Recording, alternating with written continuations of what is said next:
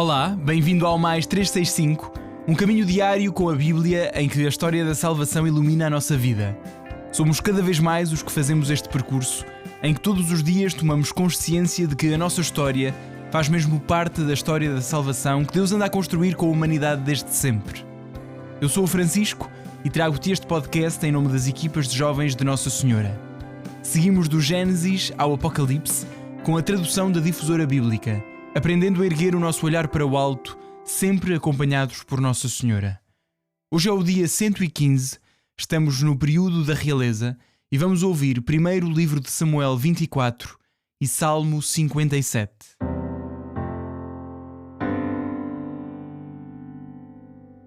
Primeiro livro de Samuel 24. David fugiu dali e foi viver para as cavernas de En-Gedi. Quando Saul voltou da guerra contra os filisteus, avisaram-no dizendo: David está no deserto de En-Gedi.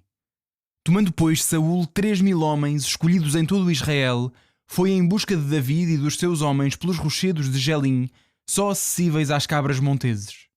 Chegando perto dos apriscos de ovelhas que encontrou ao longo do caminho, Saul entrou numa gruta para satisfazer as suas necessidades.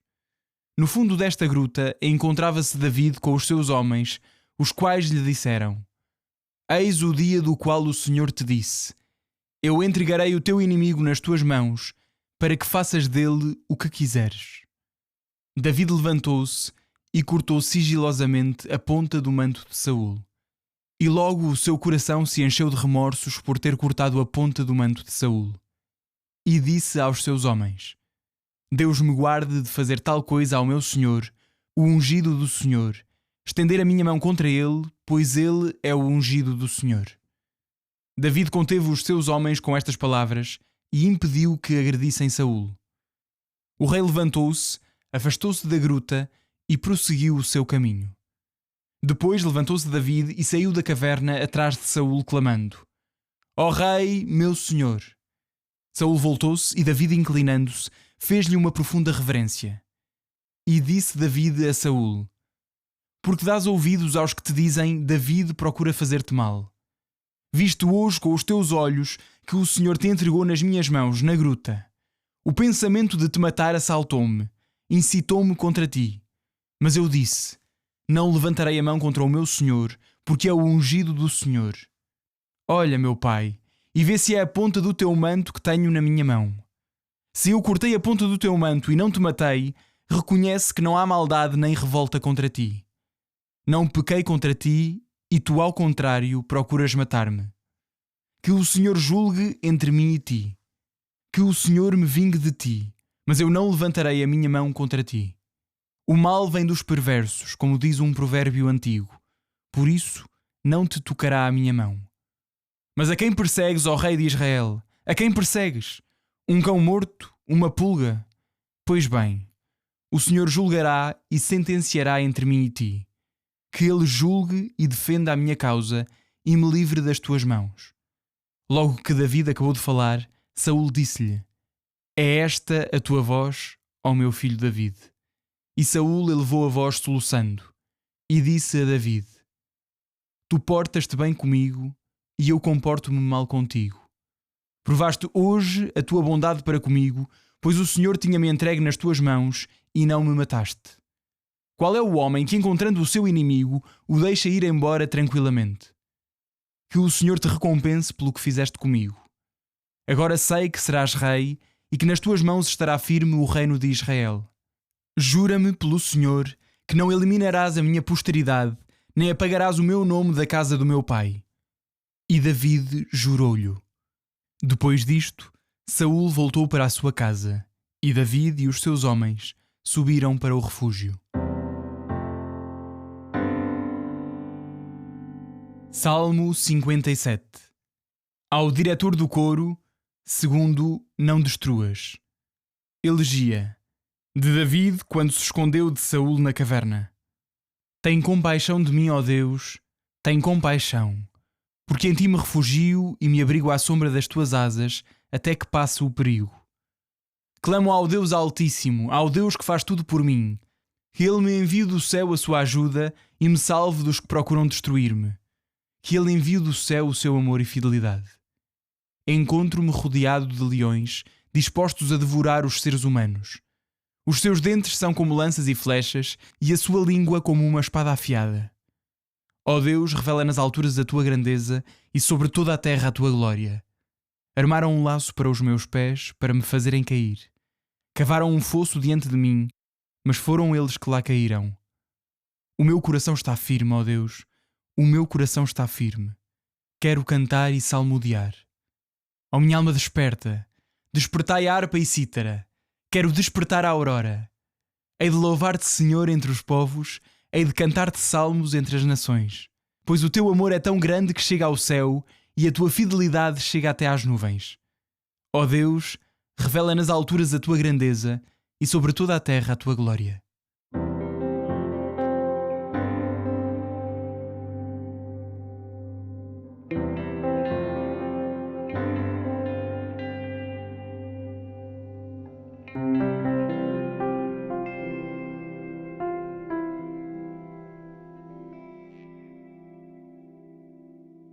Em nome do Pai, do Filho e do Espírito Santo. Senhor nosso Pai, nós te agradecemos mesmo no meio das perseguições. Conseguimos ver parecenças desta perseguição de David com as injustiças que vimos e que vemos na nossa vida, quando experienciamos o mal dos outros. Mas como David, nós louvamos-nos no meio da batalha. Não precisamos esperar pelo fim para te louvar, mas louvamos-nos antes, durante e depois da batalha. Glória ao Pai, ao Filho e ao Espírito Santo, como era no princípio, agora e sempre. Amém. Olá, eu sou o Padre Simão Cruz Ferreira e continuamos a ler o primeiro livro de Samuel. Esta cena é mais ou menos conhecida. David está em fuga e vai se refugiar numa caverna chamada En-Gedi, e Saul vai lá dentro à casa de banho sem saber que David está lá dentro, não é? Eis o dia do qual o Senhor te disse: eu entregarei o teu inimigo nas tuas mãos para que faças dele o que quiseres.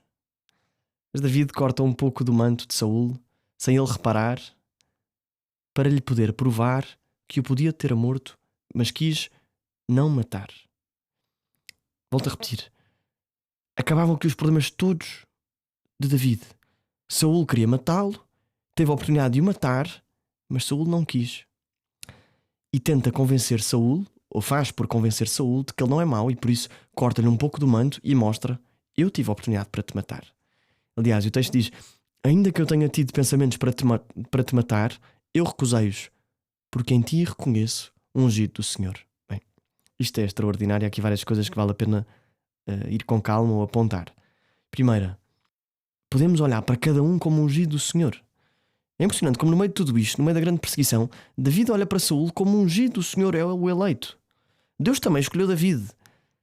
Mas Deus não desescolhe, desculpem a expressão, quem já escolheu.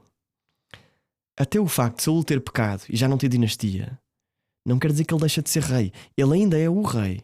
Ainda tem a responsabilidade de lutar pelo povo. E por isso David diz: eu não sou Deus. O que Deus ungiu não vou ser eu a violar, não vou ser eu a matar. Ungido do Senhor.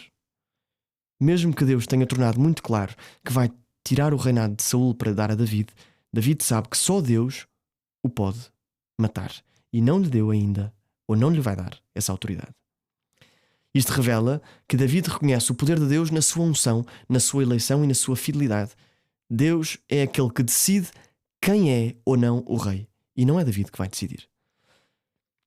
Eu posso querer ter autoridade sobre áreas que Deus não me deu. E de facto há batalhas neste mundo que eu até me apetecia entrar. Mas se calhar Deus não me pediu. Há missões que Deus não me pede para ser eu a fazer. Se me pedir, ótimo, posso me preparar, posso cá estar para fazer o melhor que conseguir. Mas é bom que eu volte a ter isto muito claro. Eu só luto nas lutas que Deus quiser. Só luto nas lutas que Deus me chamar, que Deus me convocar. Só entro no campo quando o meu treinador me disser. E o segundo ponto aqui também interessante é o tema do discernimento. É um tema muito longo, mas só esta indicação base: nem tudo o que me vem à cabeça é meu. Os pensamentos, vamos dizer assim, em linguagem teológica, são pré-morais. Ou seja, não pertencem à moralidade. E é muito importante na nossa vida espiritual reconhecer que eu ouço vozes na minha cabeça diante das quais tenho de decidir, tenho de escolher, tenho que agarrar ou não. Agora se cá vão achar que o Padre Simão Cruz Ferreira é maluquinho e esquizofrénico, mas de facto nem tudo o que me passa pela cabeça é meu. E às vezes ficamos escandalizados com coisas que vêm e que até não deixamos que repousassem sobre nós. não é igual ter um pássaro a rondar na minha cabeça, a querer pousar, ou de facto eu deixar que ele faça um ninho na minha cabeça. E por isso, aparecendo-me um pensamento na cabeça e reconhecendo isso, aí sim eu tenho uma decisão, como David. Como é que eu faço? Acolho? Estimulo? Ou rejeito? Eu não quero. Ainda que isto me tenha passado pela cabeça, eu não quero. Não quero alimentar o pensamento, eu não quero fazer o que o pensamento me está a dizer. Bem, David vai deixar, desculpem o spoiler, vai deixar uma segunda oportunidade passar para assassinar Saul, daqui a 2 capítulos. Saul manifesta um surpreendente sentimento de culpa e remorso, mas que não durará muito, porque o coração do rei vai voltar a ficar duro e vai continuar a perseguir David. Saul reconhece: tu portas-te bem comigo e eu mal contigo. Agora eu sei que serás rei e que nas tuas mãos estará firme o reino de Israel. A ascensão de David é constante e progressiva, e já só faltava a admiração de Saul. Já tinha de muita gente. E aqui está. Saul reconhece o inevitável, mas ainda não está pronto para entregar o reino a David. São João Crisóstomo, fazer uma homilia sobre este ponto, diz que a vitória de David na gruta supera a sua vitória sobre Golias.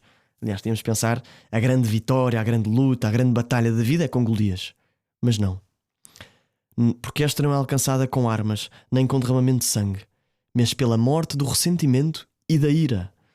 Ao poupar a vida de Saul, diz São João Crisóstomo, David desfere muitos golpes no diabo. Também nós podemos golpear o diabo, inimigo da paz e pai da inveja, quando nos esforçamos pela paz e mantemos o ressentimento sob controle.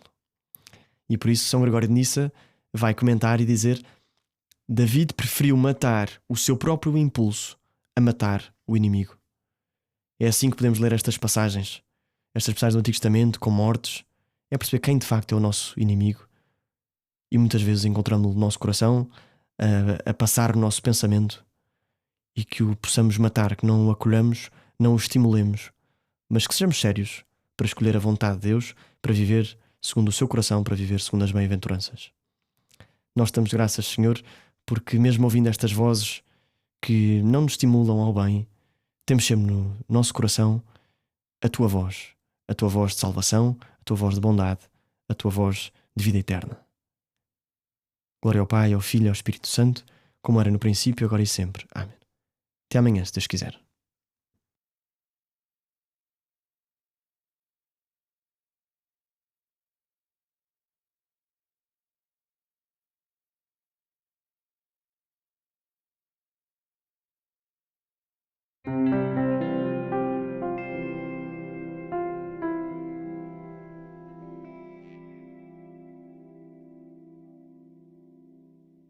A minha alma glorifica o Senhor e o meu espírito se alegra em Deus, meu Salvador. Porque pôs os olhos na humildade da sua serva, de hoje em diante me chamarão bem-aventurada todas as gerações. O Todo-Poderoso fez em mim maravilhas, santo é o seu nome. A sua misericórdia se estende de geração em geração sobre aqueles que o temem. Manifestou o poder do seu braço e dispersou os soberbos.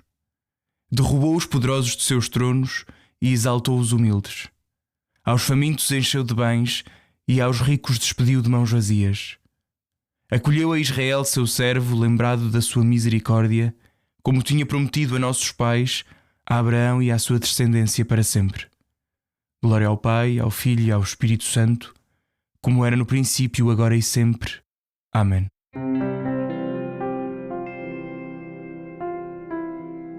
Final do dia 115. A palavra de Deus a lembrar-nos de que temos de nos portar bem com os nossos inimigos. Um abraço em Cristo. Até amanhã.